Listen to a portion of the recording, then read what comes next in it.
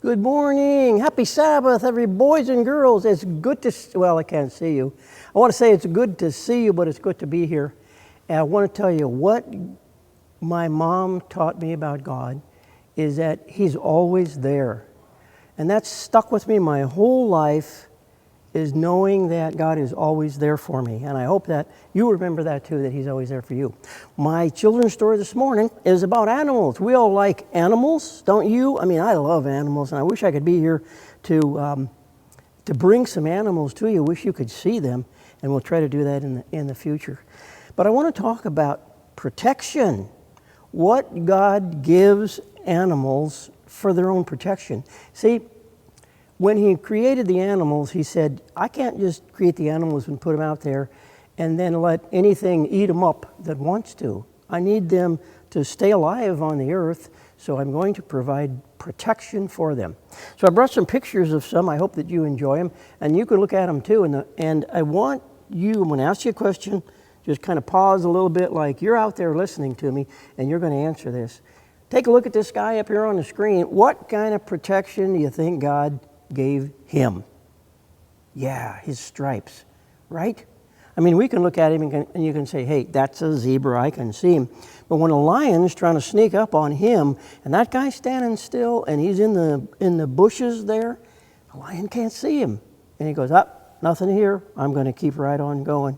So God gives this animal his stripes, doesn't He? Okay, 4 little pictures on this next guy. You recognize what that is? That's an armadillo. That's right. What does God do for him? Well, he's a little animal, and it's kind of easy to catch him. No animal has a tough time catching him. But what happens when they catch him? Here's what he does. You can see in the pictures. Number 1, it looks like he's feeling threatened there. Number 2, he says, hey, something's after me, and he starts curling himself up into a little ball. Number 3, he's closing up, and then look at him in number 4. He looks like a big bowling ball of some kind or something. I don't know what it is, but you can't get that thing open for anything in the world. So an animal could catch him, but God has given him this protection that he can roll up into a ball, and then pretty soon the animal gives up, goes on somewhere else. Okay, let's keep going like this. Oh, look at this. 2 ants. Now, there's something funny about them. If you look at them, you see one of them looks like he's covered in this green goo. Yeah, well, he's covered in the green goo for a very good reason. See, he's a Malaysian exploding ant. And what happens is bigger ants attack his ant colony.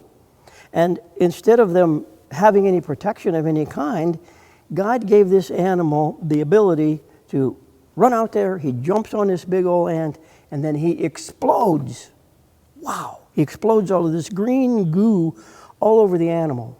And if it doesn't hurt the animal, it confuses him, or in this case, this ant, it just confuses him, and he ends up leaving like, I don't want to deal with this sticky mess.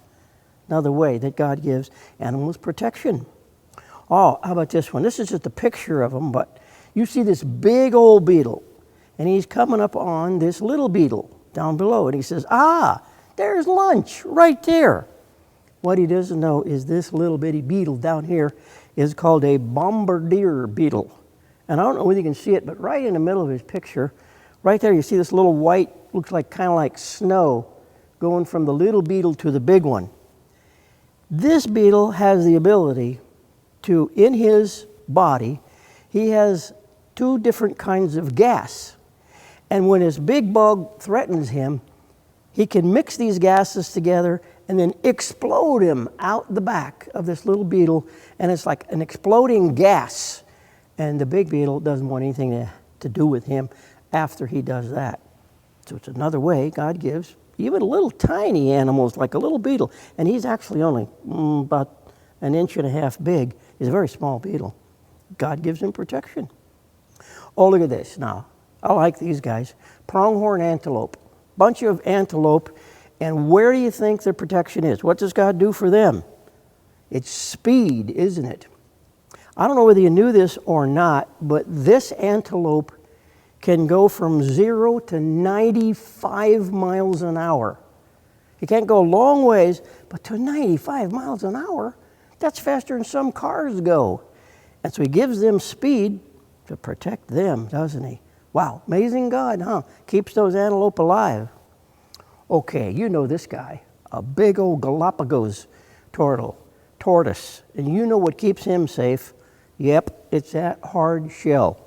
What he does when an animal threatens him is he pulls back into that shell, and then that animal can't get to him at all. No matter how hard they try, they can't get through that shell. So it's another way God gives animals protection. Look at this little guy. Now, you can't really tell, but he's only a couple inches tall. And this one is a poison dart frog. And he's called that for a very good reason. He's poisonous. And if an animal comes along and they say, ah, there he is, I think I'll have him for dinner, and he grabs that little frog, puts him in his mouth, guess what? This frog just pushes out this poison on his skin, and that animal that's got him goes, yuck, what is that nasty taste? And he drops him out of his mouth and takes off going, I don't want that for dinner. I mean, I could take some little chalupa, but that's going way too far. No, thank you. Okay, and this guy, look at that guy. He's a monster, isn't he? This is called a big buffalo, a Cape buffalo. And he has those huge horns. Anything messes with him, you can see what kind of protection he has, can't you? Those horns can kill anything that tries to get him. And this thing can weigh 4 tons. How much you think that is? 4,000 pounds? 2,000 pounds to a ton, so you figure it out. This guy is huge. You don't want to mess with him anywhere you go.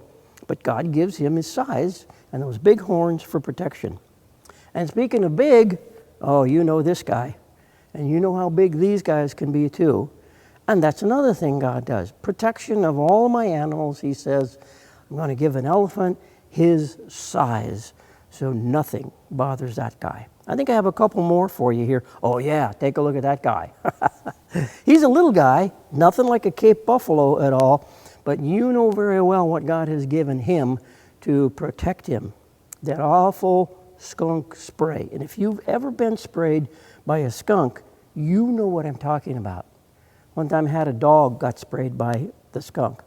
Wow, it took me like a week to get that smell off of him. So bad, so nasty. So even though they're tiny, God still says, hey, I like to keep my animals alive, so let's give him some protection. So then what does God give you for protection? What does he say? I want to protect the kids with. What does he give you? Well, you can think of a lot of things that God might give you, but here's the most important one that he gives you. Take a look at that. That lady is my mom, my mother. She's the one who gives us the protection. When we're born, oh boy, moms just care for us right from the beginning. If you don't believe that, you ask Pastor Danielle about taking care of that little girl she has. Or ask Trevor about his new son and see how moms take care of those little babies. They protect them all the way through their life too, not just in the beginning, but all the way through our lives, our moms provide protection for us. So that's what I want to leave you with today, kids, is think about protection. What God gives you is he gives you mom to take care of you. And yes, you can think of other things. You can say, well, he gives us the Bible. Oh, that's really important. Oh, yes, it is. Bible is extremely important, especially when you grow up and you say, maybe my mom isn't around, but my Bible is there. But as you're growing up, it's mom. Gives us all the protection in the world. So this is Mother's Day weekend. Be thankful to moms. Be very appreciative to moms because they aren't around forever and you miss them when they're gone. But they give us that protection that God says all of us need it. So you guys have a great Sabbath. I hope to see you real soon. Thanks for tuning in. Maybe we can do this on Zoom or in person one of these days. Happy Sabbath, guys.